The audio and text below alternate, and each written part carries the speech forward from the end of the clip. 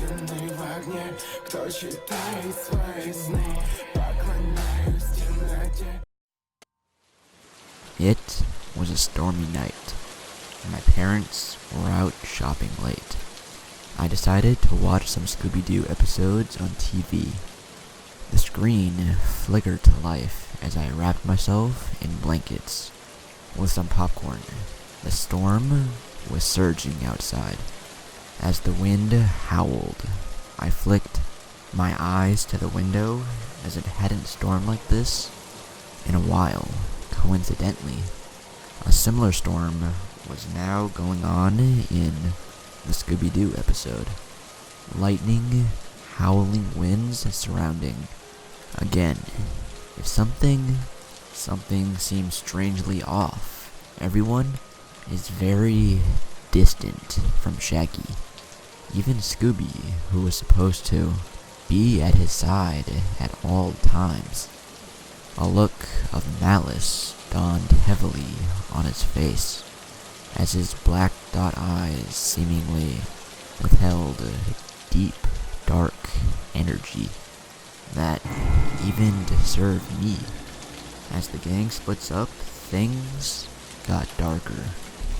A ghost or demon that the gang had been presumably looking for was nowhere in sight ever since the beginning of the episode. And suddenly, something off-putting clicked in my mind. There was no opening, no music, no chase, no titles. A feeling of dread now crept into me. Things on screen not looking like they normally would. The sky slowly changed from a navy blue to a bloody crimson. The moon was once a crescent shape. It was now bearing a pinkish hue. When the others talked to Shaggy, they sounded somewhat afraid. Meanwhile, his voice was completely normal. He didn't talk like he usually did, though. His normal voice was slightly deeper. He spoke clearly without the usual like commonly heard in his sentences. When it came time for splitting up, defining a little to no clues, Shaggy was left to roam the mansion alone. Scooby quickly siding with Velma. Fred was with Daphne. As Shaggy lurked around, he found himself in front of a mirror. The reflection was that of a black mass with glowing red orbs for eyes. He slowly lumbered from the mirror. As it shattered, he bumped into Daphne, who was now obviously terrified. Fred nowhere to be seen. He looked down at her as she slowly crawls back from him, pressing herself against an old, worn-down wall. The screen went black as a shrill scream of agony and terror blasted through the speakers. I nearly jumped out of my skin. When the scene came back, Daphne was lying against the wall. A contorted look of agony and horror spread across her face as her arms and legs were ripped off. Her scalp was missing, her eyes as well.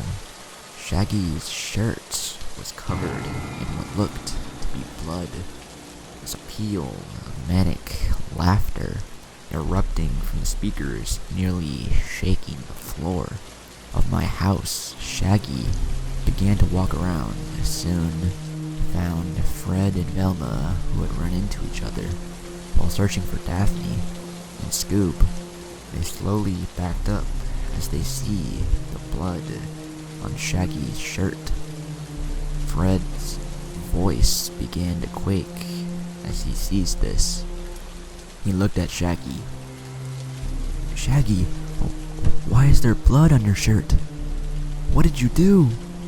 Shaggy just laughed and looked right back at Fred, who's frozen in place by his fear. Velma now hiding behind Fred. Shaggy speaks, but his voice is not his own. It's Daphne's. Oh God! Oh no! Fred, help me! Fred, please! That's Faceless, man. Velma almost starts to cry, nearly falling to her knees. Fred begins to yell in a rage. You killed her! You killed Daphne! How could you? Shaggy's laughter grows louder and more hysterical. Not even a minute later, the screen cuts out. 2 more screams blast out once more. When everything clears, Fred and Velma's bodies lie upon the now bloodied floor. Fred's lips now torn off. His necktie bound tightly around his neck, enough to break through the skin. And as for Velma, her glasses lie on the floor, cracked, her eyes gouged out as her hands are missing. Shaggy's shirt is nearly drenched with blood. A minute or 2 later, he discovers Scooby curled up and whimpering in the corner of the abandoned mansion. Lightning cracked through the window scene by a window pane. Shaggy looked at his frightening 4-legged companion. But what's the matter, Scoob? Is this god not worthy enough to walk among you? Your friends have seen 1% of my power. Let's see how you handle a measly 5%. The screen went bright red as a yowl of pain is heard from Scooby. His silhouette is seen along with Shaggy's, yet it suddenly disintegrates into a small pile of ashes.